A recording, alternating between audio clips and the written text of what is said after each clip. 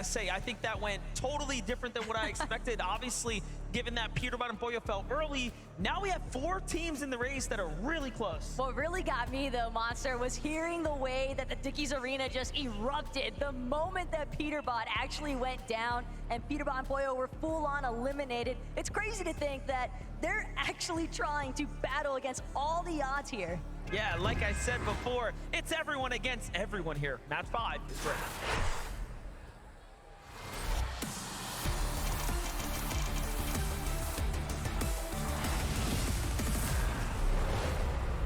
Match number 5 is kicking off here and now, and the standings couldn't be more closer. A couple of teams, though, are starting to find their strides, right? The top 10 ever evolving. A lot of those notables jumping up a significant amount now, really solidifying themselves in somewhat of a healthy position.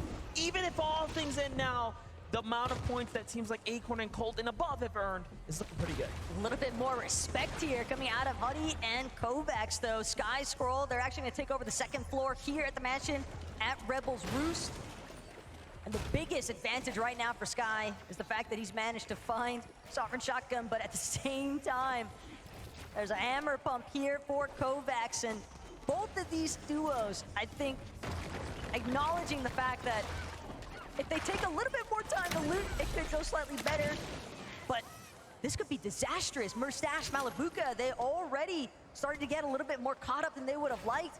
They dropped 3 placements after the results of that last lobby and find themselves currently situated in 8th, and Alex Worthy, they're trying to make them sure that they're the first team to fall even. Yeah, Alex has a lot of HP here, but Worthy's a little worse for wears. Worthy falls, and we've already seen one 1v2 today. Let's not make it another. Power Alex is already pushing the agenda here. Well played for Australia's Alex and Worthy from Team Power, putting up the numbers. And you know, if things continue to go that way, they'll see themselves in a good standing, but you can see it's not easy by any means to get the first drop in the first weapon. And talk about tough fights that could have went any way. Acorn and Cold seem to have had things slightly favor them this time around. Yeah, but at the same time, Cold losing Acorn and Alex Sensado may have done just enough damage. Fortunately for Cold, he is looking relatively undisturbed here at Brutal Beachhead, but any of those other teams lingering around that southern zone in the desert area happen to catch wind of the fact that Cold is a solo, and the reboot ban might be the biggest heads-up opportunity there.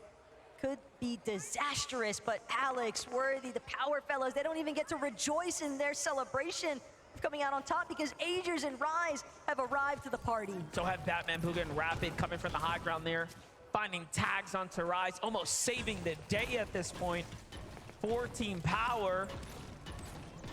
Agers, DT, Rise now have to back off, unaware of what all happened here. Meanwhile, Alex saves his trusty teammate here. He's got the stairway to heaven up there, though, man. That's kind of insane. Restored Reels certainly getting relatively active, but Alex Worthy probably just happy about the fact that they're going to have an opportunity to keep this one going. Stronger in numbers for sure. Pico and Flixie, though, they seem like they've really been heating up. Shadow hoping that he can cool them off, but Pico at the same time, he knows so much damage has been done, but he's going to find himself on the receiving end this go-round. It's all down to Flixie to clutch up. Flixie is very good, but going against Shadow here, I do think Shadow is an extremely strong box fighter. The edits come in, though. Look at how fast Flixie manages to respond, but still Shadow with the better shots overall. And now a time to heal here. Flixie has to respect this duo now, and I think he knows that. Tries to go up to find and secure his elimination. Can he track it back here is the question. Seems like he knows where it is, more or less. At the very least, I think Flixie wants to ensure that whether or not he wins his exchange between himself and Shadow. In fact, Virgo had all the goodies that Flixie could have possibly wanted. It was a med kit that came out of the body loot. So pressure is on now for Shadow. Very high likelihood that Virgo was able to communicate. He got my med kit. And so that means that Shadow has got to act fast if he wants to prevent Flixie from reaching 200 HP again. He also gets the material, right, which Shadow only has 2 mats of now. So what was once a very promising situation for Shadow is not looking like that anymore. 2AM Shadow gets the first tag put on him. It's not looking good anymore. The jump shot is no good, and Flixie clutches up. And there's not a duo in sight at the moment, so he should be able to save Vico. And I know we put the focus on Vico and his potential, but now you can see he is equally met with a very strong partner. But you know that every single one of these players has got their eyes set on that elimination feed as well. So for Peterbot and Pollo, they might have at least some slight indication that there's been trouble, at least in match number 5 here for Vico and Flixie. They could look to try and circumvent this route that Vico and Flixie traditionally like to go after and potentially cut them off. Maybe even look to ensure that they can maintain that first place position if you take out second. This update right now that we're getting onto Clix and Vino, who's on the move here, just north of the Sandy Steps, but they're seeming to double back. Something wasn't right up there. They're backing on off now. A lot of material to make up for here, so bit of a scrappy start. No eliminations tell us that the Australian team of Damo and Resigns escaped the drop. Meanwhile, Victor V and Paper possibly in a fight against Chapentini here shortly. Wow, talk about Medkit Nation though for Victor V. Chapentini are gonna have their work cut out for them if they wanna take up an exchange here between Paper and Victor V. But most importantly still, Paper and Victor V, they have amassed so many boxes surrounding this forecast tower. Chapentini were looking to try and take down for the forecast keycard first, but immediately Paper, Victor V looking to collapse. Chap fully cracked Victor V. Paper, no, they've got the advantage. Teeny actually gonna get pincered instantaneously, and now Chap trying to see if he can save his own life. Almost put through a full edit course right there. Victor V at 3 eliminations right now. Flexing how good of a player he really is. Don't let his face fool you. He has experience under his belt. Chat, clearly better on the standings at the moment, but not by much. It's a point separating them now, as these 3 eliminations have really jumped them up. And look, it's all for everything, right? They have the card that they need for the rest of the Storms here. Chap has to just back off at this point, otherwise he'll start to lose his tournament opportunity here. Game 5 being very late into the day. These are the last chances to set yourselves up with points here, so you got to put your ego aside. Well, you say Chap might need to back up, but with the way that Rise and Ages are closing in, Paper, sure, he's going to confirm that forecast for himself and Victor V, but at the same time, if they're not careful on the disembark from the forecast tower, Flaming Boost Tube could pose some issues. It seems like Rise and Agers were setting up in a position to try and protect it, try and maybe get a knock-on elimination for any teams looking to take it. Now, all things considering, the point gap between 6 to top 20 is very, very close. Things start to jump up towards the top 5, so even a team like Paper and Victor V have a lot of opportunity here to really ramp up. Meanwhile, Thomas HD just giving us a show, showing us what he can do with that Monarch pistol. He does it without the scope this time around, so all the more impressive. That makes me sick to my stomach watching Thomas HD use any sort of sniper-esque weapon, you know? Even though it's the Monarch pistol at the same time. He's just so pinpoint accurate, it's ridiculous, but Batman Booga, Rapid, they're trying to get a little bit of an uprisal here, and Rapid, he's got visuals in his sights, beautiful right side peek, perfect moment to open up, but Visuals immediately looking to retreat, and he's gonna go side by side, hip to hip one more time with his duo. Great tag there for Rapid to set them up, a big 108, but Visuals climbs his way back into a fighting stance here. Clearly, they're not content for fighting for this position here of the bunker. They back off. Booga and Aviv, we get the early update with them for the first time to really see what is unfolding for Booga. No shotgun. Oh wait, yeah, he does. Got a little loadout going on here. Aviv as well on the move right now. It's a nice rotation so far off the launch pad from the peak of that mountain, but the main difference that I've noticed in Bugha and Aviv's game in comparison to what we saw, for example, coming from NA Major 3, typically they like to be aggressive towards the team that is landing on Piney Lane, but that has not been an option for them this game because Toyota and Mifali, they're just not willing to take that exchange. They're bailing, they're getting their loot and immediately looking to rotate out, so it's not really leaving Bugha and Aviv anyone left nearby. They're having to forcibly create these storm surge situations, and it's not easy to acquire those tags by any means. You miss one shot, that could be the difference between above or below that damage threshold. That is true, and speaking about big differences, Peterbout and Boyo just got their hands in on that bunker. Let's not forget the bunker will give you access to that modification bench to change your weapons, right? To get yourself nice and comfortable. And now that they have that, they'll likely be looking for the Rift Island to go ahead and take a fight. Meanwhile, 8 Splitsy and Ovation Vico back in the game, as healthy as ever when things were almost fading away for a moment there here in game number 5. But they're in first place, they're in the lead, and they're looking pretty situated now. And they're going straight back to home base. Little do they know, though, King Phaser could be a very problematic circumstance, depending on the approach there for Vico and Flixie, but still inside, deep the storm. Muzz and Epic Whale.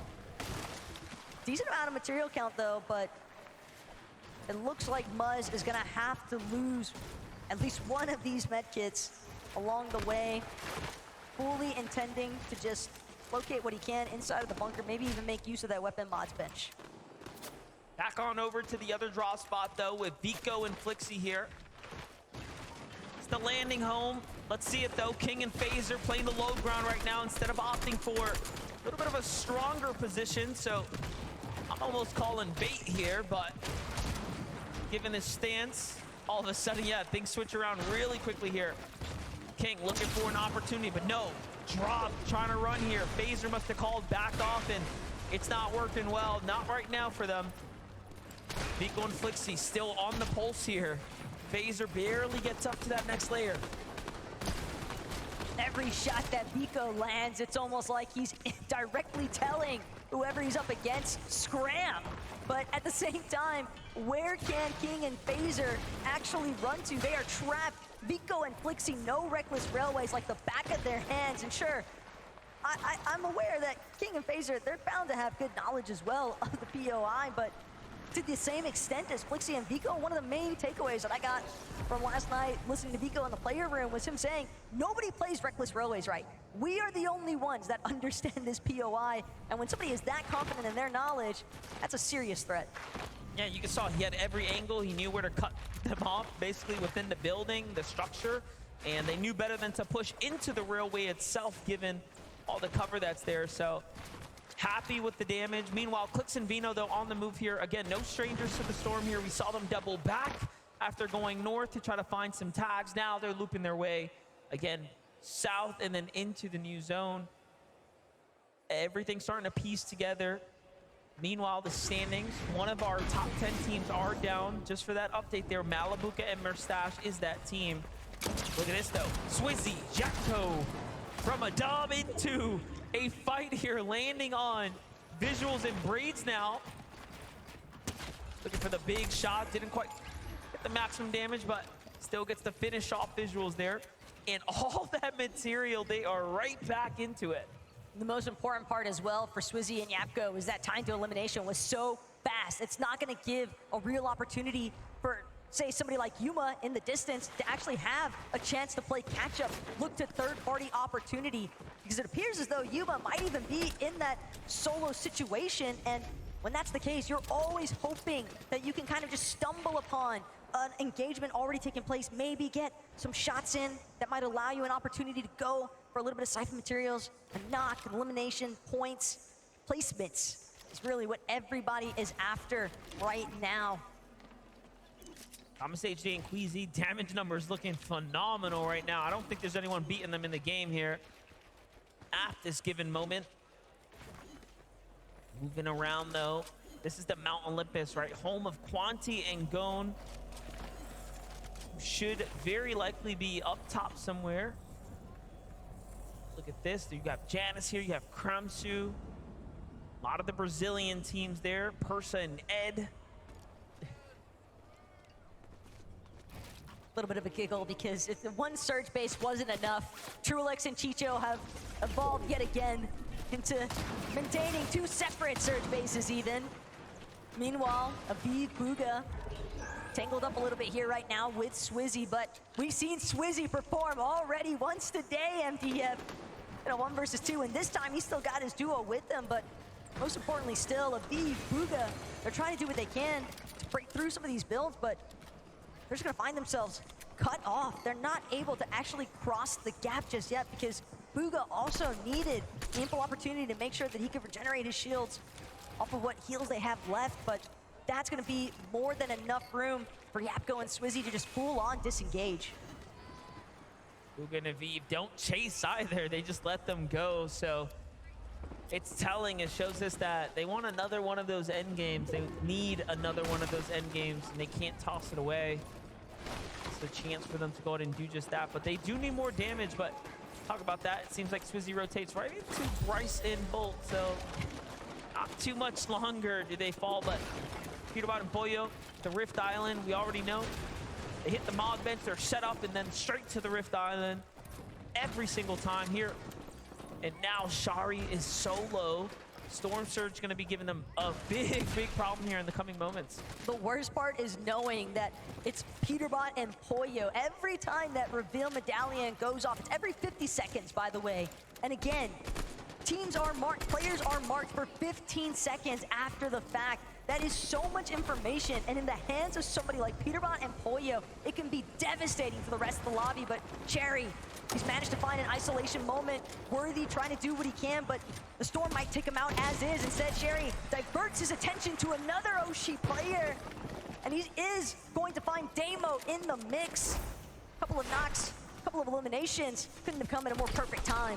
Look at this, though. The setup from Aviv and Buga after rotating. They find Swizzy again, so Swizzy was knocked, picked up, and then ultimately falls back to the hands of Aviv here. You can see, yes, 2 eliminations, so starting to really heat up now. Buga and Aviv come the late half of the tournament.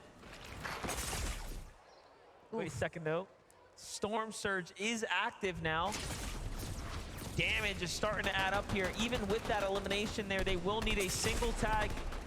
These are the chances, and when you miss them, it does end up catching up to you. Down goes Buga to the Surge. The next tag will take down Aviv, and they know it's over. It's a tough break. Devastating one potentially, but at the same time, the mental bounce back, the mental fortitude that players like Aviv and Buga are sure to compose themselves with. See how they bounce back in the final match of day 1 here today.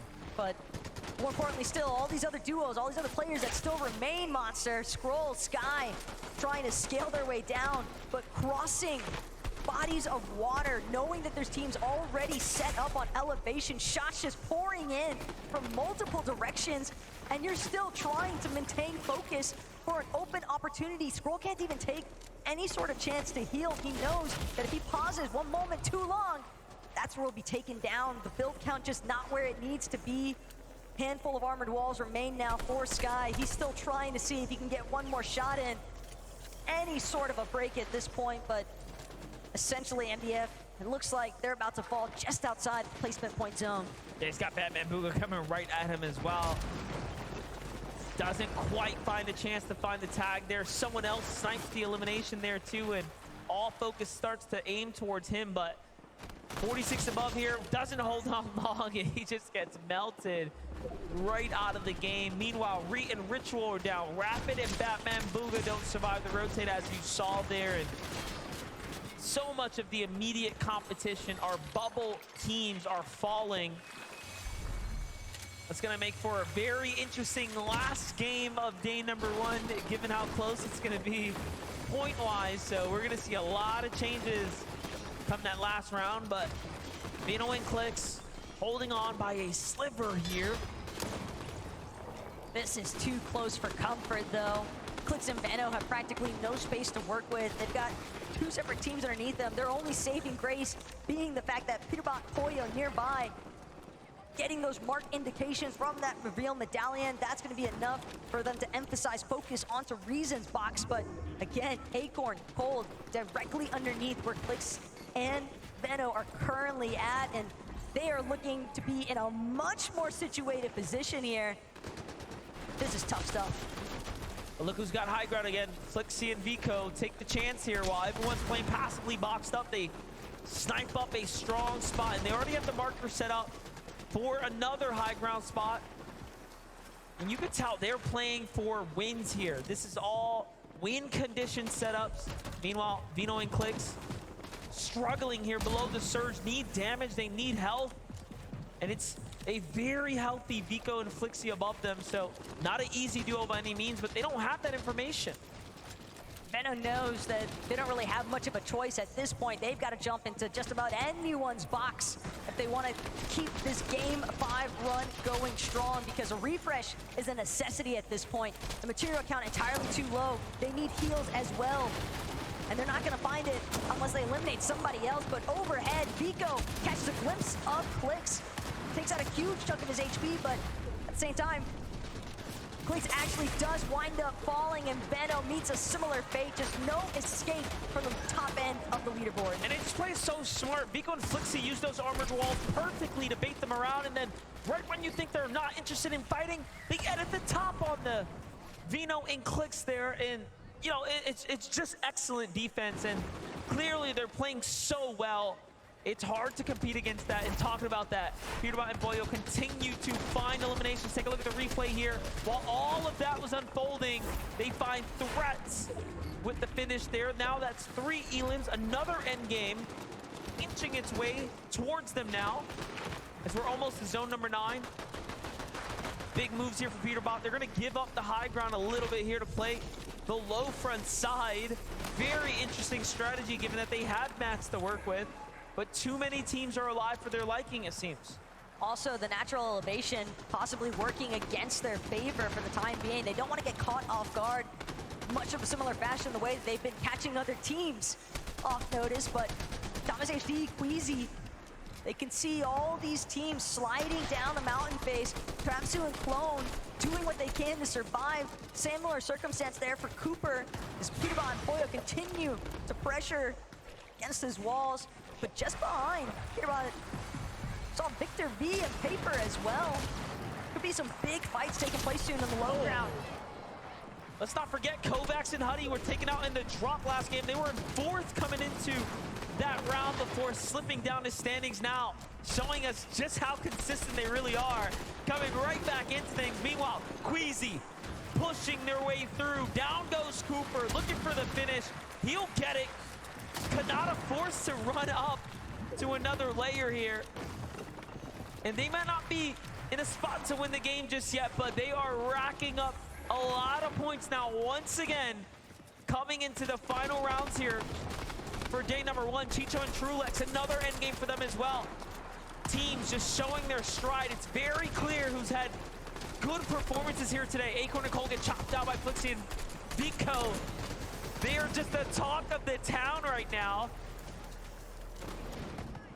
Vico, Flixie, Peterbot, Pollo, they just seemingly operate at a different level altogether currently, and everybody else just trying to play catch-up. Chicho, Trulex, they've caught wind of Epic Well, but Epic Well doing what he can. It's an even exchange, down to just Trulex versus Muzz. But the question is, will he even manage to find that? Instead, Kovacs gonna opt to play the medkit. It's all down to just placement opportunity at this point. And then you have Boyo and Peterbot still alive right now, still kicking here. This is the only competition besides Acorn and Cold who can obviously rack up enough points to give everyone a run for their money. Bryce and Bolts are setting up for the high ground win while Boyo, Peterbot, Vico, Flixie are fighting for eliminations closer to the low ground now. And they might just clash here in the moments to come as they're standing on opposite ends of the low ground position here. Boyo pressuring everyone nearby. Flixie down, Vico down as well. to the hands of the teams on the other side as well. And look at this, the low ground spot for Peterbot and Pollo, just so content, but now they're looking for high ground. But the real winners of that exchange, Queasy, Thomas, Vico, Flixie, they all eliminate each other, so now it's just up to Pollo and Peterbot to see what they can do. Bolt and Bryce, though, firm grasp of the high ground, doing what they can to just try and shred through the players underneath. Dukes scrambling, barely managing to throw up some wood above his head, keep him safe for the time being. But at the same time, Peterbot and Pollo, they are titans on this low ground currently. So Peterbot has to get an elimination here and then go for high ground if he wants to do something, but these teams are not making it easy. Meanwhile, Watson Pings are getting active for the low ground, though the shots are coming in. Peterbot and Pollo find the first few, and there's still points to be earned here, and Pollo wants them all. It's gonna make a huge, huge difference here. Secures the material count as well. That's gonna set Peterbot up for just enough. Bolt and Bryce have been here before. Bryce specifically has won games in person on land. Not to it, I called it before, this is the team that you have to look out for. They are so talented. However, Peterbot and Pollo just stop winning. I mean, they've been ahead of the pack so far. But Peterbot and Pollo, they got the most recent refreshes. Granted, everyone's building, everyone's burning through it, but Pollo strikes first. Bryce is gonna fall. Peterbot understanding it's all down to Bolts to try and clutch this one up, but it's Peterbot and Pollo after all. Bolts has been here, though. He knows what to do. Don't give him a chance to heal. You have to fight back. Armored walls come out. They have a little bit more math, but Peterbot has too much to work with. Another armored wall. Bolts has an angle. Can he get it? No! Peterbot won't drop it twice. Peterbot and Pollo strike yet again on the day. Match number 5, and the victory royale belongs to them. First place continuing to extend itself, and that is the real difference maker here today, MDF. We can see our big winners on the screen right now, and Adam's there. Would you please, Fort Worth, make some noise again for Peterbot and Pollo! Do you know what? I love those moments, because this crowd wanted that to happen. Pollo, the Flowberry push there. You guys were low ground, you pushed on through. Talk us through the moment there, and when you make that call and how that happens between you guys. Yeah, I think it was the zone pulled back, so we had like old builds to use to go up, and I was able to get like a good angle to kill one. Elimination-wise as well, you guys are consistent there. Standings as well. Peterbot, how would exactly, I'm sure there's so many aspiring Fortnite players here as well. It's just constant for you guys. Major wins. What is the magic, the secret sauce that is really making you guys, ensuring you get to these top spots right now? I'm not gonna lie, we have the Mythic every season, you know what I'm saying? And me with the Mythic, I'm just unstoppable, you know what I'm saying? I get so many eliminations and stuff, so yeah.